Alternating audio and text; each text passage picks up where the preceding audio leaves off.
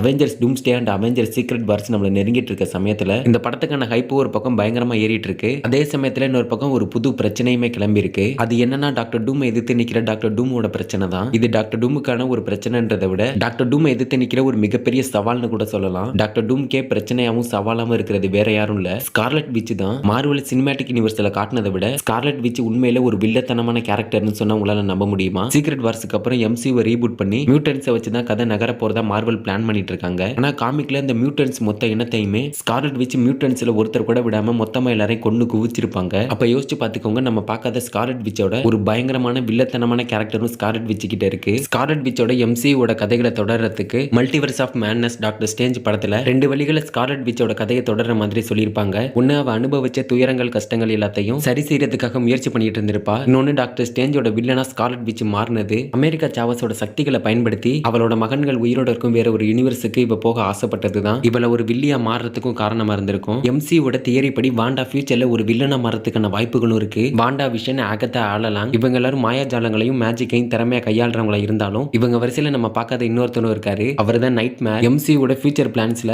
Night மேர் வரதுக்கான வாய்ப்புகள் இருக்குன்னு ஆன்லைன்ல ஏகப்பட்ட ரூமர்ஸும் அடிபட்டு இருக்கு. சீக்ரெட் வார்ஸ் காமிக் புக்கை படிச்சிருந்தீங்கன்னா இவரை கண்டிப்பா உங்களுக்கு தெரிஞ்சிருக்கும். நீங்க என்ன சீக்ரெட் வார்ஸ் காமிக் புக்கை படிக்காம இருந்தீங்கன்னா அந்த காமிக் சீரிஸ் ஃபுல்லா எக்ஸ்பிளைன் பண்ணி நம்ம சேனல்ல வீடியோ ஆல்ரெடி அப்லோட் பண்ணிட்டோம், மறக்காம செக் பண்ணி பாருங்க. சீக்ரெட் வார்ஸ் காமிக்லயே நைட் மேரால அல்டிமேட் யூனிவர்ஸும் எர்த் 616 இவரால அழிஞ்சு போயிடும். இவர் நினைச்சாருன்னா ரியாலிட்டியாவே அடையாளம் தெரியாத மாதிரி கூட சிதைச்சிட முடியும். இவ்வளவு பவர்ஸ் இவர்கிட்ட இருந்து இவர் ஒரு சைல்டிஷான கேரக்டர் மாதிரி தான் பிஹேவ் பண்ணிட்டு இருப்பாரு. அதுக்கான ரீசன் என்னன்னு தெரியல. ஆனா சீக்ரெட் வார்ஸ் காமிக்ல எர்த் 616 அல்டிமேட் யூனிவர்ஸும் ஒன்னோட ஒன்னு மோதி அழிஞ்சிட்ட அப்புறம் டாக்டர் டூம் நைட் மேரை வச்சு தான் ஒரு புது யூனிவர்ஸை உருவாக்கி மீதி இருந்த மக்களை அவர் உருவாக்கின யூனிவர்ஸுக்குள்ள காப்பாத்தி கொண்டு வந்து அவங்க எல்லாருக்கும் கடவுளா டாக்டர் டூம் அந்த யூனிவர்ஸ்ல வாழ்ந்துட்டு இருப்பாரு. எர்த் 616 அல்டிமேட் யூனிவர்ஸும் ஒன்னோட ஒன்னு மோதி அழிஞ்சிட்டதும் அங்க இருந்து யதார்த்தமா ஒரு ஷிப்ல உயிரோட தப்பிச்ச ஃபேண்டாஸ்டிக் ஃபோர் டீமும் ஒரு சில சூப்பர் ஹீரோஸும் டாக்டர் டூம் இருக்கிற யூனிவர்ஸை கண்டுபிடிச்சு அங்க வந்துடுறாங்க. அங்க வந்ததும் டாக்டர் டூம் நைட் மேரை வச்சு தான் இந்த புது யூனிவர்ஸை உருவாக்குனாருன்றதையும் தெரிஞ்சுக்கிறாங்க. அது மட்டும் இல்லாம டாக்டர் டூம் உருவாக்குன அந்த யூனிவர்ஸ்ல ஹியூமன் டார்ச்சை தான் அந்த யூனிவர்ஸோட சூரியனாவே மாத்தி வச்சிருப்பாரு. இது எல்லாத்தையும் தெரிஞ்சுக்கிட்ட ரீட் ரிச்சர்ஸ் டாக்டர் டூம்க்கு தெரியாம நைட் மேரை தேடி போய் நைட் மேரை சந்திக்கிறாரு. நைட் மேர் கிட்ட ரீட் ரிச்சர்ஸ் இது மாதிரி இங்க நீங்க என்ன பண்ணிட்டு இருக்கீங்க, இங்க என்னதான் நடக்குது அப்படின்னு ரீட் ரிச்சர்ஸ் நைட் மேர் கிட்ட கேட்க பதிலுக்கு நைட் மேர் அவர்கிட்ட இது எல்லாத்தையும் டாக்டர் டூம் தான் பண்ண சொன்னா, எதா இருந்தாலும் அவன்கிட்ட கேட்டுக்க, எனக்கு ரொம்ப பசிக்குது, எனக்கு ஏதாவது சாப்பிட கொண்டு வந்தியா அப்படின்னு நைட் மேர் சிரிச்சுக்கிட்டே ரீட் ரிச்சர்ஸ் கேட்ட கேள்விக்கு பதில் சொல்றாரு. அப்போ திடீர்னு அந்த இடத்துக்கு டாக்டர் டூம் வந்துடுறாரு. அங்க வந்து டாக்டர் டூம்க்கு அங்க இருந்த ரீட் ரிச்சர்ஸ்க்கும் ரெண்டு பேருக்கும் இடையில ஒரு பயங்கரமான சண்டை வர ஆரம்பிக்குது. ரெண்டு பேருக்கும் ஏற்பட்ட சண்டையில டாக்டர் டூம் ரீட் ரிச்சர்ஸை கிட்டத்தட்ட சாகுற அளவுக்கு தாக்குறாரு. பதிலுக்கு ரீட் ரிச்சர்ஸும் தன்னால முடிஞ்ச அளவுக்கு டாக்டர் டூமை தாக்க ஆரம்பிக்கிறாரு. ரெண்டு பேருக்கும் இது மாதிரி பயங்கரமா சண்டை போயிட்டு இருக்கும்போது அப்போ ரீட் ரிச்சர்ஸ் டாக்டர் டூமை கண்ணா பின்னான்னு போட்டு திட்ட ஆரம்பிக்கிறாரு. நீலாம் கடவுளா, நீ ஒரு அரக்கன், இங்க இருக்க மக்கள் எல்லாரும் உன்னை கடவுளா நம்பிட்டு இருக்காங்க, நீயும் அவங்களை ஏமாத்திட்டு இருக்க, நீலாம் உயிரோட இருக்கிறதுக்கு செத்து போகலாம் அப்படின்னு ரீட் ரிச்சர்ஸ் டாக்டர் டூமை பார்த்து திட்டுறாரு. அப்போ அங்க இருந்த நைட் மேர் ரீட் ரிச்சர்ஸ் சொன்னதை கேட்டு ஓ செத்து போடுமா, ஓகே நான் செத்து போயிடுறேன் அப்படின்னு நைட் மேர் சிரிச்சுட்டே சொல்லிட்டு திடீர்னு அந்த இடத்துல அப்படியே வெடிச்சு சிதறிறாரு. நைட் மேரை வச்சு அந்த யூனிவர்ஸ் உருவாக்கப்பட்டதுனால அந்த யூனிவர்ஸும் அப்படியே அதோடய அழிஞ்சு போயிடுது. அப்ப யோசிச்சு பாத்துக்கோங்க நைட் மேர் எவ்வளவு பெரிய சக்தி வாய்ந்த ஒரு ஆள்னு. நைட் மேரை கூட்டிட்டு வந்தா இதை விட ஒரு பெரிய சம்பவம் நடக்கிறதுக்கான வாய்ப்புகளும் இருக்கு. அது மட்டும் இல்லாம கண்டிப்பா ஃபியூச்சர்ல ஸ்கார்லெட் விட்ச் டாக்டர் டூம் எதிர்த்து நின்னா டாக்டர் டூம்க்கு இது கண்டிப்பா ஒரு மிகப்பெரிய சவாலா தான் இருக்கும். ஆனா இது நடக்குதா என்னன்றதை நம்ம பொறுத்து இருந்து தான் பார்க்கணும். கடைசியா லோக்கி சீசன் 2ல மல்டிவர்ஸோட கடவுளை மாறுற மாதிரி தான் லோக்கியை காட்டி முடிச்சிருப்பாங்க. அதுக்கப்புறம் ஃபேன்ஸ் எல்லாரும் லோக்கியை மறுபடியும் பார்க்க மாட்டாமான்னு எதிர்பார்க்கவும் செஞ்சாங்க. கிட்டத்தட்ட நானும் அதை தான் எதிர்பார்த்தேன். ஏன்னா லோக்கி சீரிஸோட எண்டிங் அப்படி இருந்துச்சு. இது எல்லாத்துக்கும் மேல மல்டிவர்ஸோட கதை ஒரு முடிவுக்கு வந்தா அது ஒரு இடத்துல கண்டிப்பா நம்ம லோக்கி கிட்ட வரும். அப்ப நம்ம கண்டிப்பா மறுபடியும் லோக்கியை பார்க்கறதுக்கான வாய்ப்புகளும் இருக்கு. ஆனா இப்போ ஆன்லைன்ல என்ன மாதிரியான ரூமர் லீக் ஆயிட்டு இருக்குன்னா இந்த கதையில டாக்டர் டூம் அவெஞ்சர்ஸ் எல்லாருமே இருந்தாலும் இன்னொரு பக்கம் இந்த கதையில பெருசா ஃபோக்கஸ் பண்ண போறது லோக்கியே தான் அப்படின்ற மாதிரி தான் ஆன்லைன்ல ஏகப்பட்ட ரூமர்ஸும் லீக்ஸும் வந்துட்டு இருக்கு. நடக்க போற அவெஞ்சர்ஸ் விசஸ் டாக்டர் டூம்ன்ற ஃபைட்ல லோக்கிக்கும் ஒரு முக்கிய பங்கு இருக்க போறதாகவும் இந்த சண்டையில யார் ஜெயிக்கிறாங்களோ அவங்க தான் மார்வல் மல்டிவர்ஸோட தலைவிதியை மாத்தி அமைப்பாங்க. அவெஞ்சர்ஸ் இன்ஃபினிட்டி வார் படத்தோட முடிவு எல்லாருக்குமே ஒரு மிகப்பெரிய ஷாக்கிங்கா இருந்திருக்கும். இந்த சீன்ல ஃபர்ஸ்ட் தானோஸ் தோத்துட்ட மாதிரி காட்டினாலும் தானோஸ் அவர்கிட்ட இருந்த இன்ஃபினிட்டி ஸ்டோனை வச்சு அங்க நடந்ததை மறுபடியும் பழைய மாதிரியே ரிவர்ஸ் பண்ணி அங்க இருந்த இன்ஃபினிட்டி ஸ்டோன் எடுத்து அவரோட இன்ஃபினிட்டி கார்ட்லெட்ல வைக்கும் போது அவருக்கு ஒரு பவர் கிடைக்கும் பாத்தீங்களா. அப்போ தானோஸை பாக்குறப்போ நமக்கே லைட்டா பயம் வரும். அங்க தானோஸ் முன்னாடி இருந்த நம்ம சூப்பர் ஹீரோஸ் எல்லாருக்கும் தானோஸ் இந்த நிலைமையில பார்த்ததும் சத்தியமா நம்ம எல்லாரும் இவன் கையால சாக போறோன்ற ஒரு எண்ணமும் பயமும் வந்திருக்கும். இதை விட